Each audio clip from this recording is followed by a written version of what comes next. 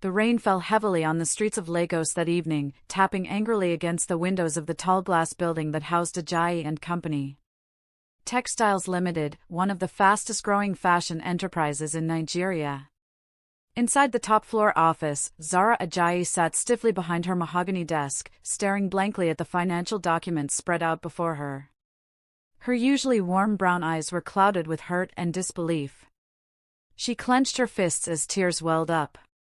Her mother, Grace Ajayi, the very woman who had taught her the value of hard work and loyalty, had done the unthinkable. $3 million. Gone. It wasn't just money. It was Zara's blood, sweat, and sleepless nights, all stolen with a single, heartless move by the one person she trusted most. The beginning of a dream. Zara had always been ambitious. Growing up in the bustling streets of Surulere, she dreamed of building something meaningful, a company that would empower young African designers and showcase their work to the world. While other children played, Zara spent hours sketching dresses and jackets on old newspapers. Grace, a single mother who sold Ankara fabrics in the local market, supported her dreams wholeheartedly, or so Zara thought. By the time Zara turned 28, she had transformed those sketches into a thriving fashion startup.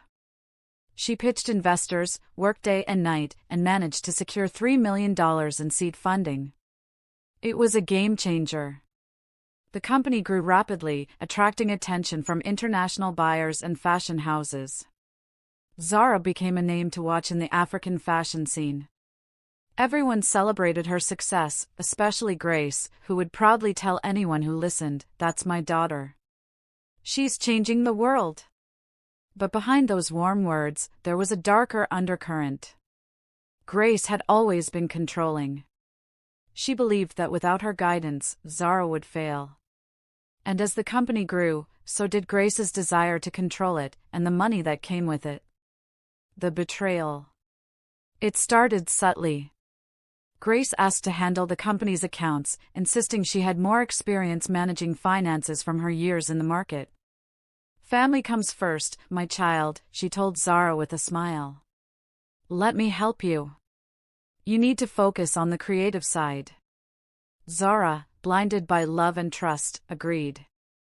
After all, her mother had sacrificed so much for her.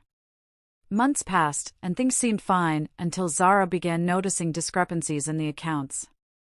Large withdrawals she couldn't explain. Payments to vendors she had never heard of. At first, she assumed it was a mistake. Then came the day that shattered everything. Zara had just returned from a business trip to Johannesburg when her assistant, Amara, rushed into her office, pale-faced and trembling. "Zara," she whispered, handing over a bank statement. You need to see this."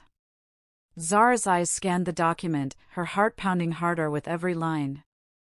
$3 million, the entire seed funding, had been transferred to a private account under her mother's name. No, this can't be right," Zara stammered. "There must be an error." But there was no error. Grace had stolen every cent. The confrontation. Zara drove straight to her mother's mansion, anger burning through her veins like wildfire. She burst through the front door, finding Grace calmly sipping tea in the lavish living room, draped in an expensive silk robe Zara had never seen before. "Mama!" Zara's voice cracked. "Tell me this isn't true. Tell me you didn't take my company's money." Grace looked up, her expression unreadable.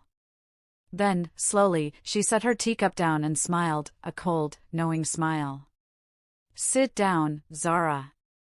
"No, I won't sit." Zara screamed. "Answer me. Why would you do this to me? To your own daughter?"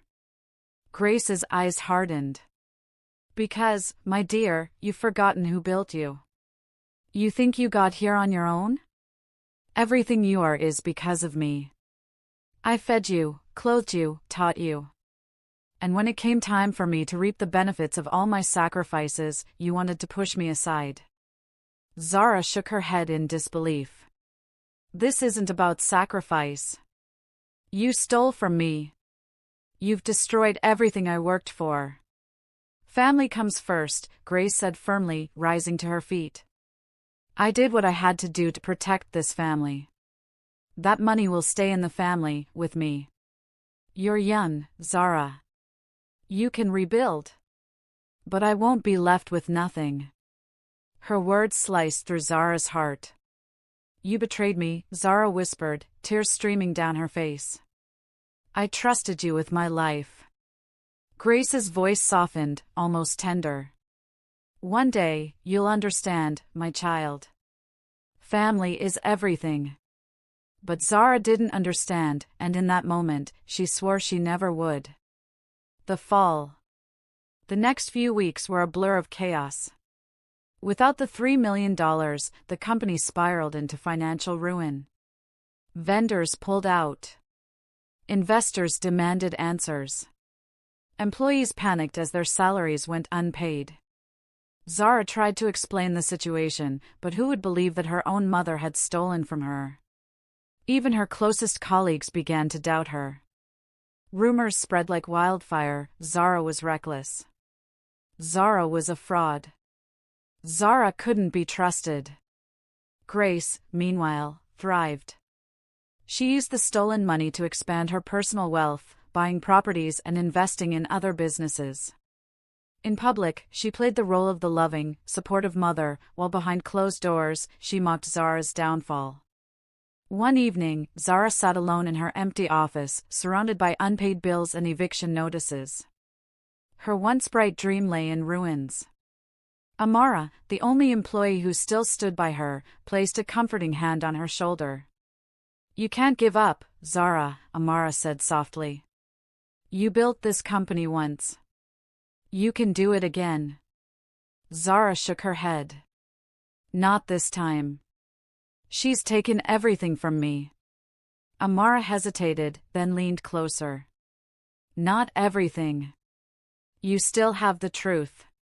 If you can prove what she did, you can get justice. Zara looked up, a spark of determination flickering in her eyes. For weeks, she had been drowning in grief and anger. But now, a plan began to form in her mind. Her mother had underestimated her. And that would be Grace's greatest mistake. The plan. Zara began to dig. Quietly, carefully, she gathered evidence, bank statements, forged documents, secret recordings of conversations. She discovered that Grace hadn't acted alone. A shady accountant named Kunnel had helped her launder the stolen money through shell companies. One night, Zara followed Kunnel to a high-end nightclub on Victoria Island. Hidden in the shadows, she recorded his drunken confession on her phone. This Grace woman, Kunnel slurred. She's smart. No one will ever trace that money back to her. Zara smiled grimly. Oh, they will, she murmured to herself. As her plan took shape, Zara reached out to some of her old investors, sharing just enough information to regain their trust without revealing everything. She promised them one thing: she would reclaim her company and expose the real villain. The final step was risky, but necessary. Zara invited Grace to a private dinner at a luxurious restaurant. Grace arrived in a glittering gown, exuding confidence and power. You finally came to your senses, Grace said smugly as they sat down. Ready to apologize? Zara smiled sweetly. Oh, Mama. I'm not here to apologize. I'm here to thank you. Grace frowned, suspicious. Thank me? For what? For teaching me the most important lesson of my life, Zara replied, her voice steady. That sometimes, family isn't the people who share your blood. It's the people who share your values. Before Grace could respond, the doors burst open. 2 police officers and several journalists flooded the room, cameras flashing. Grace's face drained of color. Zara, what is this? This, Zara said coldly, standing tall, is justice. As the officers handcuffed Grace, the room erupted in chaos.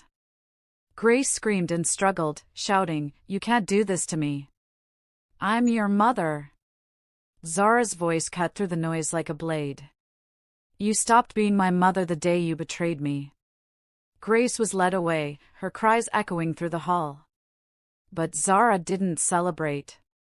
She simply stood there, silent and strong, knowing that the real battle had only just begun. Because reclaiming her company was only the first step. The next would test everything she believed about love, loyalty, and the true meaning of family. The following weeks were a whirlwind of headlines and legal battles. Every major news outlet splashed the story across their front pages. Business mogul Grace Ajayi arrested for $3 million embezzlement. For a while, Zara became the reluctant star of the media storm. Journalists hounded her for interviews, investors called her day and night, and even strangers on the street whispered her name with a mix of pity and admiration. But while the world focused on Grace's downfall, Zara focused on rebuilding. Zara spent long nights in the office, going through files, contracts, and unpaid invoices. Many of her former employees had quit, unable to weather the uncertainty. Those who remained were fearful but loyal, especially Amara, who had stood by Zara from the very beginning. One evening, as they sat surrounded by stacks of documents, Amara said quietly, "You know, you could walk away from all this. Start fresh somewhere else." Zara shook her head, determination flashing in her eyes. "No. This company is my life's work. Grace may have stolen my money, but she will never steal my dream. We're going to rise again, Amara. Bigger and stronger." It wasn't just about rebuilding the company. It was about reclaiming her identity, proving to herself and the world that she wasn't defined by her mother's betrayal. Grace, however, wasn't going down without a fight. At the first court hearing, she arrived wearing a pristine white suit, her face painted with false innocence. When she saw Zara across the courtroom, her expression was cold, almost amused. Grace's lawyer argued that the money wasn't stolen but was instead a family loan. Zara sat quietly, her jaw clenched, as they painted her as an ungrateful daughter trying to ruin her own mother for fame and power. Then it was Zara's turn. With steady hands, she presented her evidence, bank statements, recordings, forged contracts, and finally, Kunnel's video confession. The courtroom gasped as the footage played, showing Kunnel drunkenly boasting about laundering the stolen funds. Grace's face twisted in fury as her carefully built facade crumbled. In the end, the judge ruled decisively in Zara's favor. Grace was sentenced to several years in prison for embezzlement and fraud. Kunnel received a lighter sentence for cooperating with the investigation. But as Grace was led away in handcuffs, she turned to Zara with venom in her eyes and hissed, "You may have won today, but without me, you are nothing." Zara didn't flinch. For the first time, she truly understood how toxic her mother's love had been. She whispered, more to herself than anyone else, "I am everything you never believed I could be." With Grace behind bars, Zara faced the daunting task of reviving her company. It wasn't easy, investors were wary, suppliers demanded proof of stability, and competitors circled like vultures. But Zara had something her mother never understood: genuine relationships built on trust and integrity. Slowly, step by step, she began to rebuild her brand. She reached out to young designers who had once looked up to her, giving them opportunities to showcase their work. She restructured the company, making Amara her co-director. One afternoon, as they signed a new deal with an international fashion house, Amara turned to Zara with a smile. "You did it. We did it." Zara exhaled deeply, feeling a weight lift from her shoulders. "This isn't just about business anymore. It's about showing the world, and myself, that we can rise, no matter who tries to break us." But deep inside, Zara knew this was more than just a victory. It was a reckoning. Family ties had been severed, and she was left to grapple with the question that haunted her: what truly makes someone family, blood or loyalty? Months passed, and Ajayi and Company Textiles slowly returned to life. The once empty office was now buzzing with energy again, designers sketching in one corner, tailors sewing in another, and investors stopping by to witness the company's revival. Zara stood in her glass office one evening, gazing out over the Lagos skyline as the sun dipped below the horizon. She had fought hard to reclaim what was hers, and though she had won, the victory felt hollow. Her mother was gone, locked away in prison. The woman who had once been her greatest supporter was now her greatest enemy. The silence left behind was deafening. One rainy afternoon, Amara walked into Zara's office holding a letter. "It's from the prison," she said carefully, handing it over. Zara hesitated before opening it. Grace's handwriting was still elegant, each letter perfectly curved. The message was short and cutting. "Zara, family comes first. Always. One day, you'll understand why I did what I did. I'm still your mother, no matter what." Zara's hands trembled as she read the words. Anger flared inside her, but so did a pang of sorrow. No matter what Grace had done, she was still Zara's mother, the woman who had raised her, comforted her when she was sick, and cheered her on through every childhood milestone. Amara watched her carefully. "You don't have to respond," she said softly. "Some doors are better left closed." Zara nodded, slipping the letter into a drawer. She wasn't ready to face those feelings, not yet. Just as Zara began to feel stable again, a new challenge emerged. One evening, a man in a sharp black suit visited her office. He introduced himself as Mr. Adewale, a powerful investor with ties to international fashion markets. "I've been following your story," he said smoothly. "You've overcome incredible odds. I'd like to help you take this company global." Zara was intrigued until she saw the contract he offered. Buried in the fine print were clauses that would give him near total control of her company, similar to how Grace had once controlled her life. She realized with a chill that Adewale's proposal wasn't just business. It was exploitation, masked as opportunity. Zara calmly closed the folder and pushed it back across the table.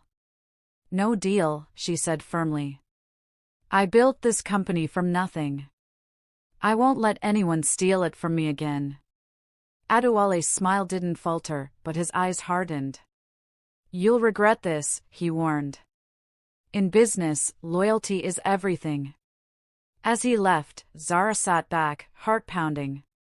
His words echoed eerily similar to Grace's, "Family comes first." It struck her how easily loyalty could be twisted into control, by blood or by business. Weeks later, Zara visited the prison for the first time since the trial. Grace sat across from her, looking smaller and older than Zara remembered. The once proud woman now wore a simple uniform and had no jewels to hide behind. "Zara," Grace said softly, her voice breaking. "You came."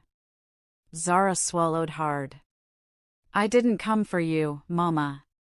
I came for me." Grace reached across the table, but Zara didn't take her hand. "You always told me family comes first," Zara continued. "But you never understood what that meant. Family isn't about control or money. It's about love, trust, and respect. You lost me the moment you betrayed those things." Grace's eyes filled with tears. I thought I was protecting us." "No," Zara said firmly. "You were protecting yourself." She stood, her voice steady. "I forgive you, Mama. But forgiveness doesn't mean forgetting. I'll carry this lesson for the rest of my life." As Zara walked away, Grace wept quietly, her sobs echoing through the prison hall. Back at the company, Zara gathered her team. She announced a new program to mentor young designers from disadvantaged backgrounds, giving them opportunities she never had. As the room erupted in applause, Zara smiled, not because she had won, but because she had transformed her pain into purpose. In a quiet moment later that night, she stood alone and whispered to herself, "Family comes first. But sometimes, you have to choose who your family really is." Her mother's betrayal had almost destroyed her, but it had also taught her the most important lesson of all. Blood may connect you, but loyalty is what truly binds you. The lights of Lego sparkled below as Zara finally felt free, not from her mother, but from the chains of the past. And this time, she knew no one would ever take her dream away again.